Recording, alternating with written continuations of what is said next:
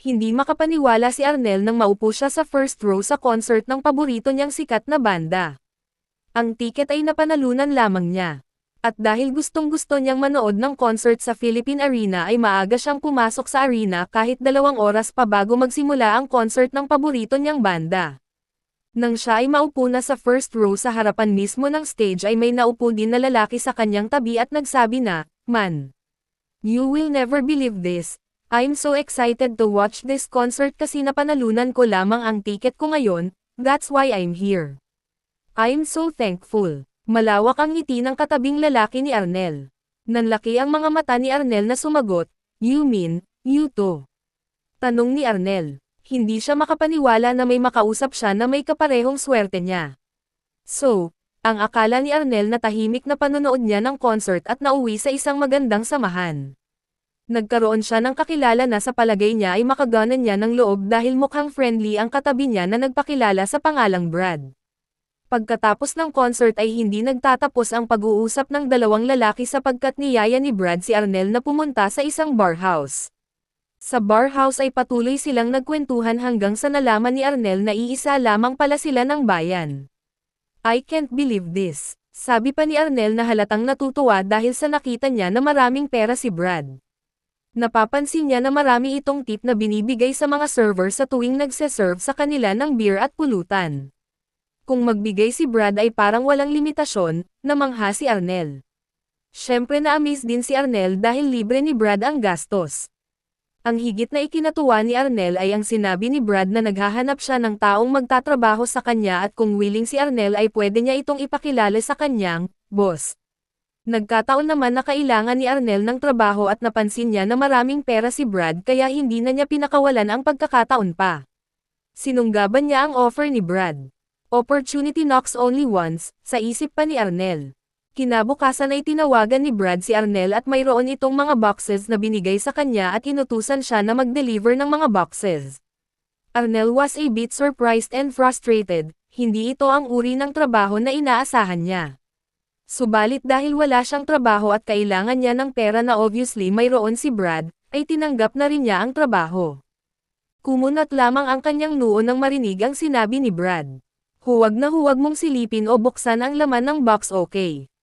Basta ang gawin mo lang ay ihatid ito sa mga address na nakasulat sa boxes." Brad instructed him. "Okay," sagot ni Arnel kahit na nagtataka siya. Sumagi tuloy sa isip niya na baka si Brad ay kabilang sa isang organization. A shady organization, hindi niya maiwasan ang nakaramdam ng kaba. He felt uneasy, but because he needs money, he can't say no. Nagpatuloy si Arnel sa pagsunod sa utos ni Brad hanggang isang araw na nakasakay sila sa sasakyan ni Brad ay tumunog ang cellphone nito at sinagot ang tawag. May palagay si Arnel na ang boss nito ang kinausap nang mapansin niyang parang nagtatalo ang dalawa sa cellphone. "Alright, I'll do it now," sabi ni Brad bago binaba ang cellphone. Hindi na nagawang magtanong ni Arnel kung ano ang nangyayari dahil pinasibad na ni Brad ang sasakyan at nakarating sila sa harap ng isang motel at kaagad na nagpark si Brad. "Hintayin mo ako rito," sabi pa ni Brad sa kanya. Tumanggaw si Arnel. Pagkalabas niya ng sasakyan ay nakita niya si Brad na kumatok sa pintuan ng motel at binuksan ng isang babae ang pintuan. Napansin ni Arnel na ang babae ay nagulat nang makita si Brad. Kaagad nitong pinagsarhan ng pintuan si Brad ngunit mabilis si Brad, tinulak niya ang pintuan. Nang makapasok na si Brad ay narinig ni Arnel na nagtatalo ang dalawa. Hanggang sa mauwi sa pag-aaway at nanlaki ang mata ni Arnel nang makita niyang sinuntok ni Brad ang babae. Nagpalinga-linga si Arnel sa labas ng sasakyan, hoping na walang makakita sa ginawa ni Brad dahil tiyak na madadamay siya sa pangyayari. Binaling muli ni Arnel ang kanyang paningin sa harapan ng motel. Nakikita niya mula sa kanyang kinarunan na hindi tumigil sa pagsuntok si Brad sa babae hanggang sa dumudugo na ang kanyang kamay at tumatalsik pa sa kanyang mukha ang dugo ng babae.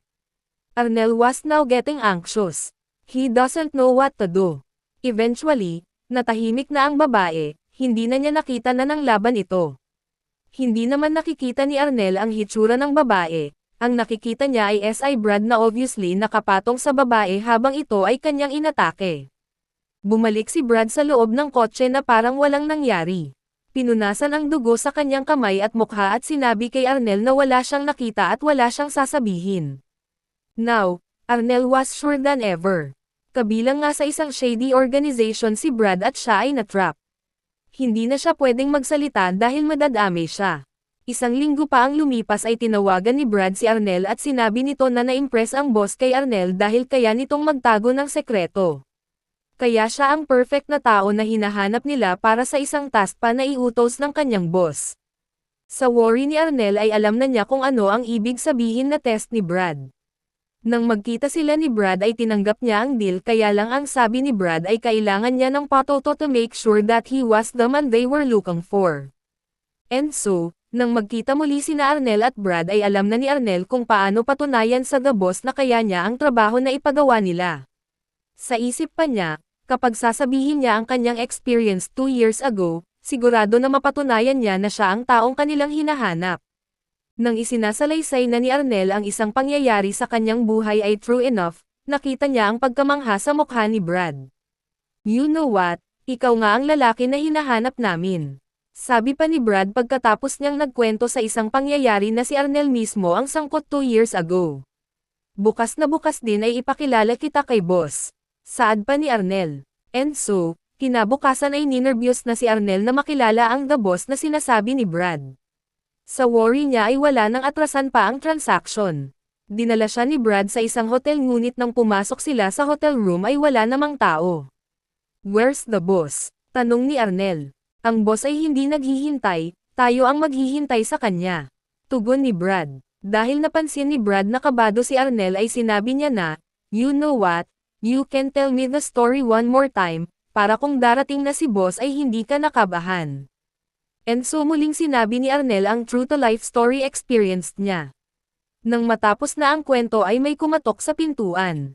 Si boss na ito, sabi ni Brad. Nang buksan ni Brad ang pintuan ay bumulaga kay Arnel ang 4 na unipormadong pulis upang hulihin siya.